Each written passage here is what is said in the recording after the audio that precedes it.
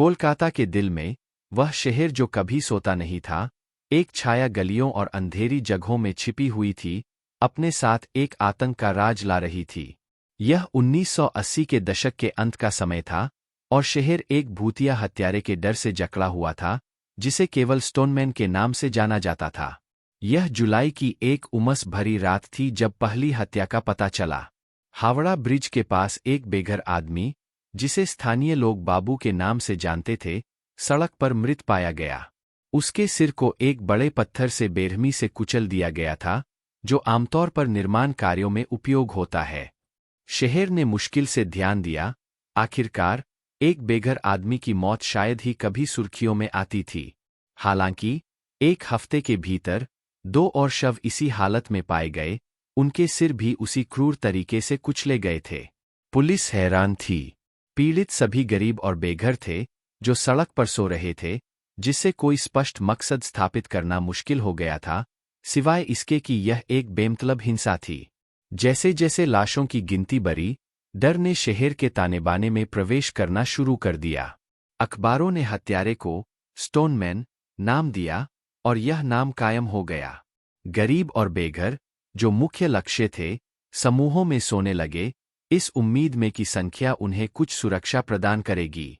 Police गश्त और रात के कर्फ्यू के बावजूद, स्टोनमैन हमेशा एक कदम आगे दिखाई दिया। एक शाम, निरीक्षक रमेश गुप्ता, जो कठिन मामलों को सुलझाने के लिए जाने जाते थे, को जांच का नेतृत्व करने के लिए नियुक्त किया गया। गुप्ता इस शहर को अपनी हथेली की तरह जानते थे, लेकिन हमलों की अनियमितता ने उन्हें उलझन में डाल दिया। कोई गवाह नहीं था, पीड़ितों के बीच कोई स्पष्ट संबंध नहीं था, और न ही कोई सुराग छोड़ा गया था। यह शहर एक भूल-भुलैया था, और कहीं उसकी छाया में एक शिकारी शिकार कर रहा था। हफ्ते महीनों में बदल गए, और डर ने कोलकाता को अपनी पकड़ में कस लिया। निरीक्षक गुप्ता और उनकी टीम ने अथक परिश्रम किया, सैकड़ों बेघर व्यक्तियों से साक्षात्कार किया, घंटों की सुरक्षा फुटेज को देखा, और हर सुराग का पीछा किया, चाहे वह कितना ही कमजोर क्यों न हो। इन्हीं सामान्य साक्षात्कारों में से एक के दौरान उन्हें एक सुराग मिला। हरी नामक एक सड़क विक्रेता ने कई अवसरों पर अपराध स्थलों के आसपास एक लंबे, दुबले-पतले आदमी को मंडराते हुए देखा था। उसने उस आदमी का वर्णन एक अजीब व्यवहार वाले व्यक्ति के रूप में किया, जो अक्सर अपने आप से बातें करता था और एक भारी बैग ले जाता था। यह पहला ठोस सुराग था, और गुप्ता ने इसे आगे बढ़ाने का दृढ़ संकल्प किया। हरी के वर्णन के आधार पर बनाए गए पुलिस स्केच शहर भर में चिपकाए गए। जनता को सतर्क किया गया, और एक सावधानीपूर्वक आशावाद ने डर की जगह ले ली। दिन और रात की अथक खोज के बाद एक अप्रत्याशित जगह से सफलता मिली। एक छोटे-मोटे चोर ने, अपनी सजा में नरमी पाने के लिए, दावा किया कि वह स्केच में दिखाए गए आदमी को जानता था। उसने उसे रघु कहा, एक आवारा जो अक्सर बंदरगाहों के आसपास पाया जाता था। निरीक्षक गुप्ता और कुछ अधिकारी बंदरगाहों पर निगरानी के लिए गए। उन्होंने छाया में छिपकर रात बिताई, वहां की हलचल को देख रहे थे। कई तनावपूर्ण घंटों के बाद एक आकृति दिखाई दी जो रघु के वर्णन से मेल खाती थी। वह लंबा, दुबला-पतला था, और उसके कंधे पर एक बोरियों का थैला लटका हुआ था। गुप्ता ने अपनी टीम को आगे बढ़ने का संकेत दिया। रघु को बिना किसी घटना के पकड़ लिया गया। स्टेशन पर, वह सहयोग नहीं कर रहा था, खुद से बड़बड़ाता और कभी-कभी हंसता। उसके बैग में कई पत्थर थे, जिनमें से प्रत्येक पर सूखे खून के धब्बे थे। फोरेंसिक टीम ने पुष्टि की कि ये पत्थर हत्या के हथियारों से मेल खाते थे।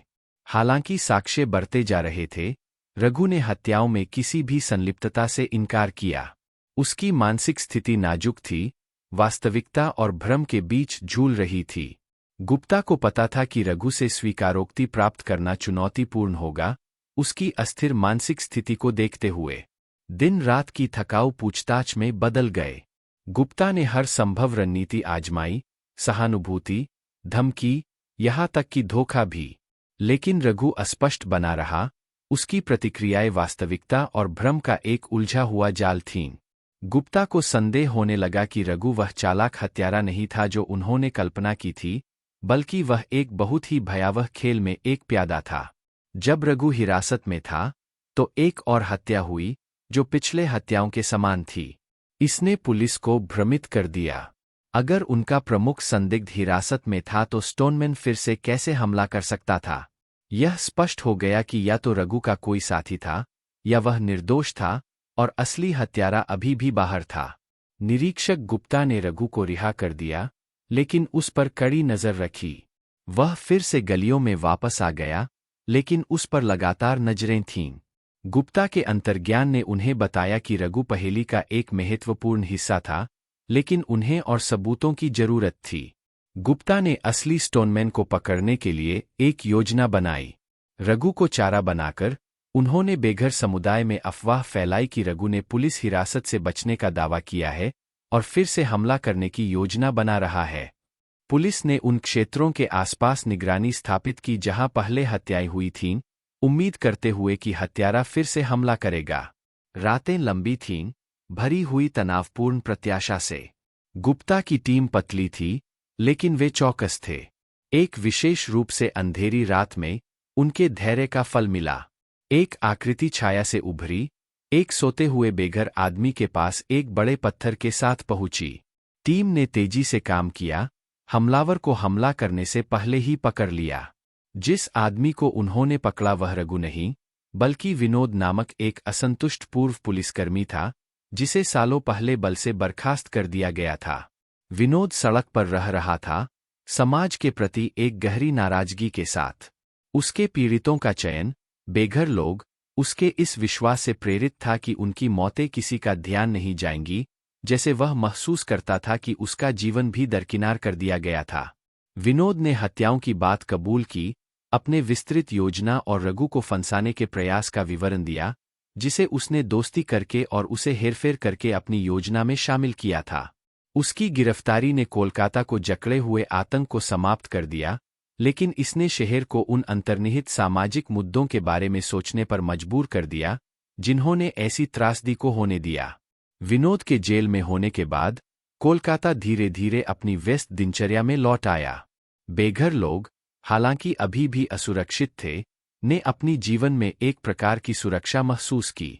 निरीक्षक गुप्ता, एक नायक के रूप में सम्मानित किए गए, इस मामले की उदासी से नहीं बच सके। वह जानते थे कि भले ही उन्होंने हत्यारे को पकड़ लिया था, लेकिन बेघर और मानसिक स्वास्थ्य के गहरे मुद्दे अनसुलझे रह गए थे। रघु शहर की भूल भुलैया में वापस गायब हो गया, एक स्वतंत्र आदमी लेकिन कानून के साथ अपनी झड़प से हमेशा के लिए चिह्नित। गुप्ता अक्सर उसके बारे में सोचते थे, यह सोचते हुए कि क्या रघु ने कभी वास्तव में वह भूमिका समझी थी जो उसने अनजाने में स्टोनमैन की कहानी में निभाई थी। स्टोनमैन हत्याएं कोलकाता के इतिहास के एक अध्याय में बदल गईं, एक कड़वी याद दिलाने वाली कि सभ्यता की पतली परत के नीचे क्या छिपा होता है और कितनी गहराई तक अंधकार जा सकता है। निरीक्षक गुप्ता ने अपना काम जारी रखा, यह जानकर प्रेरित हुए कि हर मामला, हर पीड़ित, एक कहानी है जिसे बताया जाना है, एक रहस्य है जिसे सुलझाना है। और उस शहर में जो कभी नहीं सोता, हमेशा और कहानियां और छायाएं और रहस्य होते रहेंगे।